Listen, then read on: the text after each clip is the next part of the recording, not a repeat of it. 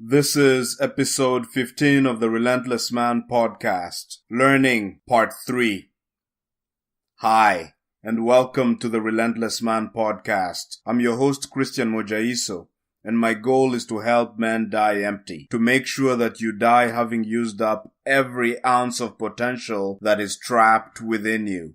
However, to help you die empty, I will have to be very raw and brutally honest with you. So if you're easily offended, stop listening. If you're easily triggered, stop listening. If you can't handle explicit language, stop listening. If you're fragile, stop listening. Otherwise, let's dig in. In the last episode 14, I answered questions pertaining to learning. Now it turns out that I'd promised to answer 26 questions, and I realized that I'd only answered 24 of them. So this episode is dedicated towards answering the remaining 2 questions that I was not able to answer in the previous episode. So let's dig into those. The first question is learning really the root cause of all my problems? Yes, so the simple answer to this question is yes. Learning is really the root cause of all your problems. Literally anything you can imagine, any problem you have in your life right now can be broken down to the fact that there are certain skills you haven't learned. And if you learn those skills, you'll be able to solve whatever that problem is. Think about anything you want to do. Let's say you have a problem. Let's suppose that every time you start a job, you never last more than 6 months. You get fired. Is learning really the root cause of your problems in this case? Very likely it is. If we look carefully, we're going to find that there is a reason you're getting fired. Perhaps you get fired because you're not competent. You never do a good enough job. Let's say you're always applying for programming jobs as some sort of programmer or web developer, but you always keep getting fired every 6 months. The problem could be that you're just not that good at writing code. You may be good at interviewing, but after 6 months, people realize you're no good and they fire you. Well, what could you do to make sure you don't get fired on the next job? Well, it's pretty simple. All you'd need to do in this case is learn how to program. If you learned how to write good code, then you're not going to get fired. And literally any problem you have in your life right now, if we break it down carefully, we are going to find out that there are certain skills that if you mastered these skills, you'll be able to solve your problem. So yes, for most of the problems you're facing, it is indeed true that the reason you're facing those problems, the reason you're not able to solve those problems is really a question of the fact that you don't know certain skills. And that means that learning is really what you need to do in order to solve those problems. Is there a reversal to this? Are there certain problems where the reason you're not able to solve them is not a question of learning? Well, yes, those do exist. There are certain things in this world that are impossible. And mathematics is one of the best fields for that, because in mathematics it's easy to see when something is impossible. In mathematics we have proofs that things are impossible. For instance, if let's say your problem was you're trying to figure out how to make a 2-sided triangle, well then you're never going to succeed because a triangle has 3 sides. That's an impossible problem. If let's say you're trying to find the biggest number, well you'll never find the biggest number. Whatever number you give me, I'll give you one more. So that's an impossible task. If that's the problem you're facing, then the reason you're not able to find the biggest number is not because you haven't learned enough math in order to find the biggest number. It's really because the task you're trying to do is impossible. So yes, there are tasks out there that are just impossible, for which the reason you're not able to conquer and overcome these problems is because they're just impossible. However, I do not think that the vast majority of problems that you're facing are impossible problems. There is no law of nature or logic that makes them impossible to do. For many of the problems you have, I'm willing to bet that those problems are really a question of skills and mastering skills. So what you don't want to do is get a problem that you can actually solve and overcome by learning and chunk it and put it in a bucket of, oh yeah, this is just impossible. Before you decide something is impossible, you better be damn sure that it's impossible. So keep those 2 things in mind. If you're confused and you don't know whether your problem is impossible or not, as a rule of thumb, I'd suggest that when you have a problem, assume that the reason you have that problem is because you haven't learned a certain skill set, and pursue the skill set.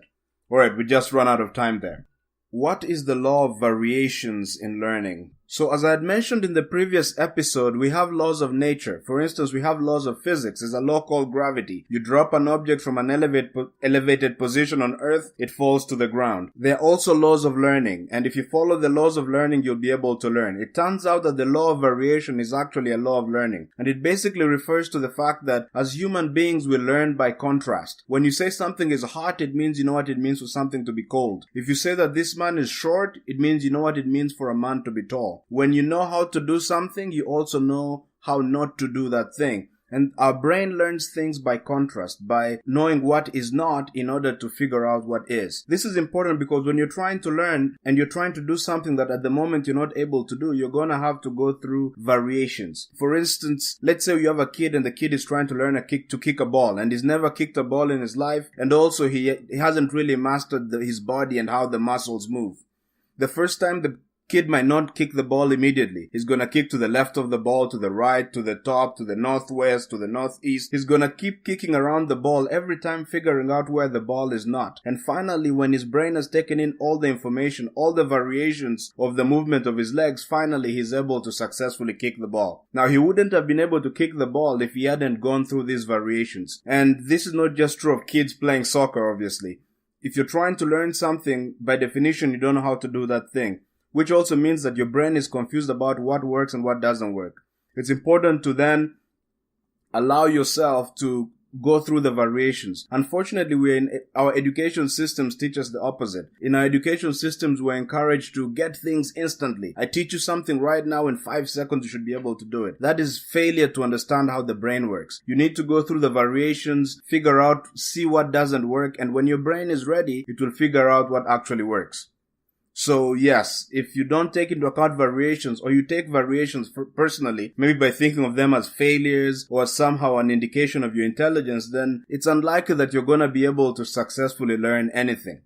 That being said, you have to make sure that when you're learning, you're really doing variations. Sometimes what happens is you have someone who's doing the same thing over and over and thinking that they're doing variations. That's not really working with the law of variations. Let's say you've never seen a door before and you're stuck in a room and you're trying to get out of the room. Well, if you're really confused, one option could be maybe to run into the wall. You run into the wall and realize, holy shit, I actually can't get out. Now, if you're someone who's really following the principles of learning, you're going to try something else. Maybe try to go through the floor, and eventually, after you've seen what doesn't work, you'll be able to open the door and get out. But if you don't really understand the principle of variations, suppose you actually started just hitting hitting your head on the wall all the time, just hitting your head on the wall all the time. Well, this is not really variations. You're doing the same thing over and over. If you keep hitting your head on the wall, when will you ever discover the door to get out? So if you're going to do variations, you want to make sure that every trial, every variation is really different from what you tried before. If you keep doing the same stuff over and over and expecting different results, as they say, that you're basically insane there. So the law of variations is really powerful and reflects how the brain works, but ultimately you want to make sure that you're actually doing variations. Yeah, so I actually finished under time this time. Yeah, so those are the 2 questions that I hadn't answered from the previous episode. I hope you found them to be of value to you. Thank you very much for listening to this podcast. Now remember that the podcast is really about you. This is your podcast, and I am your servant. My job is to do whatever it takes in order to help you die empty. So if there's any suggestions that you have, if there's any criticisms, or if there's anything you'd like to see improved, please let me know about it. My email is actually in the episode description. Otherwise, thank you once again very much for listening, and hope you have a relentless week. Bye.